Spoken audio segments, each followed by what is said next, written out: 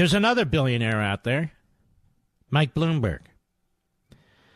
Now, it's like Bloomberg and Schultz are kind of pairing because Bloomberg today sounded a little bit like this guy, Schultz. Here's what he had to say. Cut 12, go. A lot of elected officials have embraced the idea of a Green New Deal, and that's great. It's become fashionable to do so. But I think it's time as a party that we started putting some Wait a minute, meat which on the party bone. are you with again? I forgot. What's he today, Mr. Badu? A Democrat? I remember when he was a Republican, an independent, and now a Democrat, of course. A man of negotiable principles with his feet firmly in the air. Go ahead. Exactly how a Green New Deal what it should include. And I believe that plan should be bold and ambitious and most importantly... What? So, see, we got these catchphrases and the left. We need a Green New Deal. The hell is a Green New Deal? It's nothing more than, again, an attack on growth, wealth creation, jobs, capitalism. We need a Green New Deal. We had enough of the first one. We need a new Deal. How about that one? Or an old New Deal or a new old deal. This guy's a schlemiel. Look it up.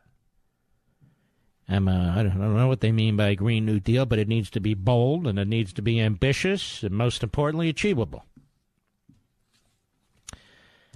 You know, while all these discussions are going on, ladies and gentlemen, and you go to work, all these things are going to affect your lives. You may think they don't. They may turn you off. You may not want to listen to this. But this will affect your life one day, and the life of your children and your grandchildren and children yet born. A new Green Deal or a Green New Deal is nothing more than another hard left whack at a republic and your freedom. Go ahead. I'm a little bit tired of listening to things that are pie in the sky that we never are going to pass or never going to afford. I think it's just disingenuous to promote those things. You've got to do something that's practical. Okay, like the Green New Deal.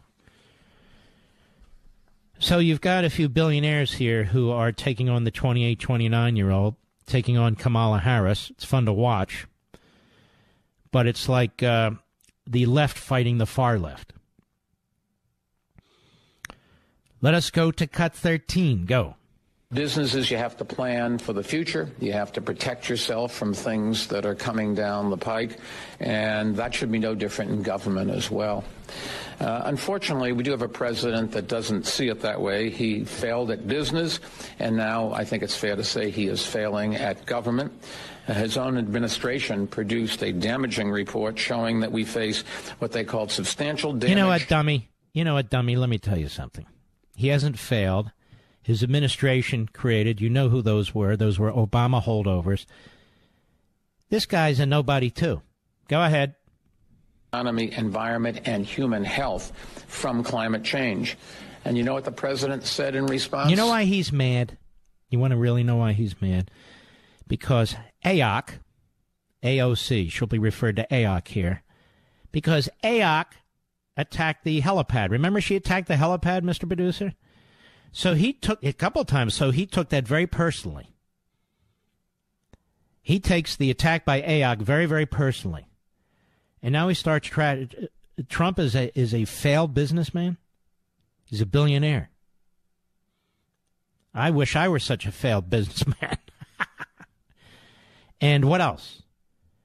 His own administration has a damaging report. No, you can say his own administration, but they were Obama holdovers. See, this is why a guy like this troubles me. Does he read any of the actual reports? Does he read any of the actual criticism of these reports? No. He's like AOC in many ways. Go ahead. I don't believe it, he said. How can you possibly not believe it? I hate to break this to you, Mr. Let me break something to you, dummy. There's a lot of people who don't believe it, who have PhDs in the field and master's degrees in the field, who've written extensively about it. Much of the science isn't science at all. Much of the science is ideology. We know this from emails and other things that took place. So that's how you don't believe it. There's a lot of reasons not to believe it. Not that the climate doesn't change, but that you or I or anybody else can control it. You know, my wife and I were talking about this today. It's snowing where we live. And this is why they changed it from global warming to climate change. Because no matter what happens, they can point to you and me as the problem. The climate will always change. It'll be a little warmer, be a little cooler. There is no exact, perfect climate, temperature, condition. So they're always going to be able to point to something. And that's the game that they play.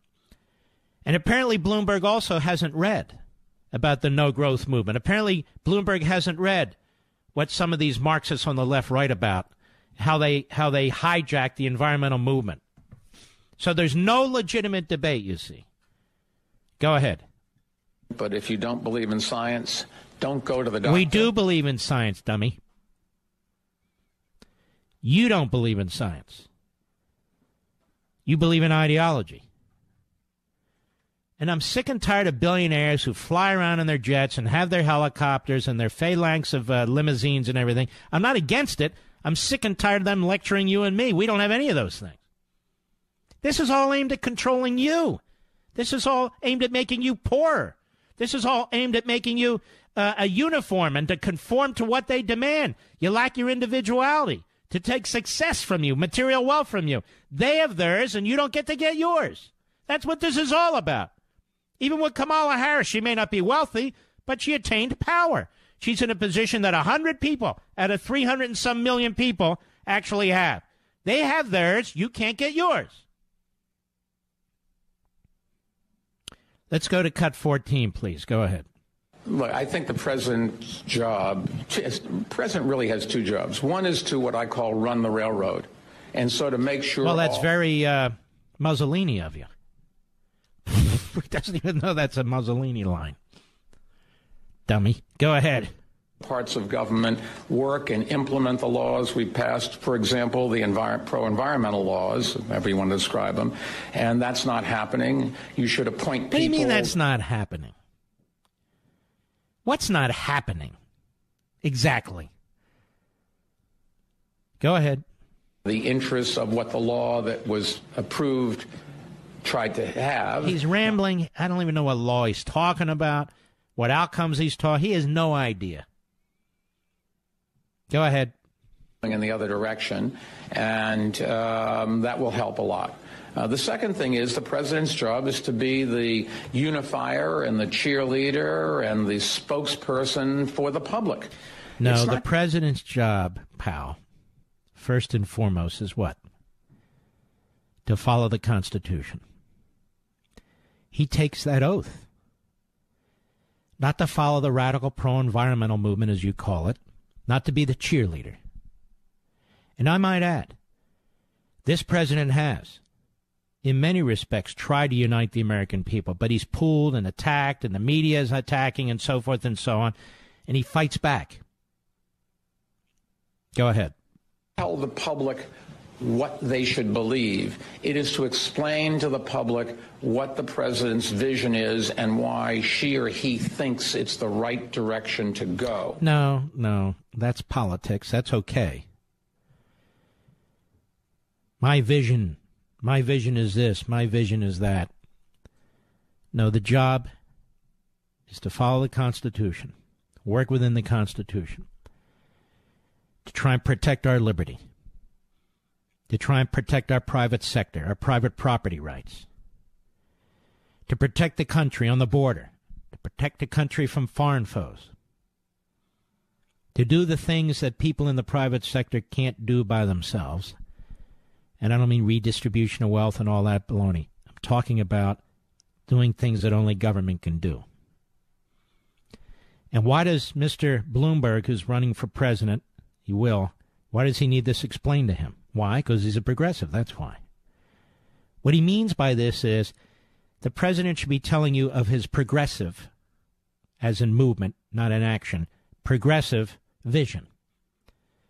Big government in the environment, big government in healthcare, big government in your face, but we'll make it work, of course. We got to get the trains to run on time.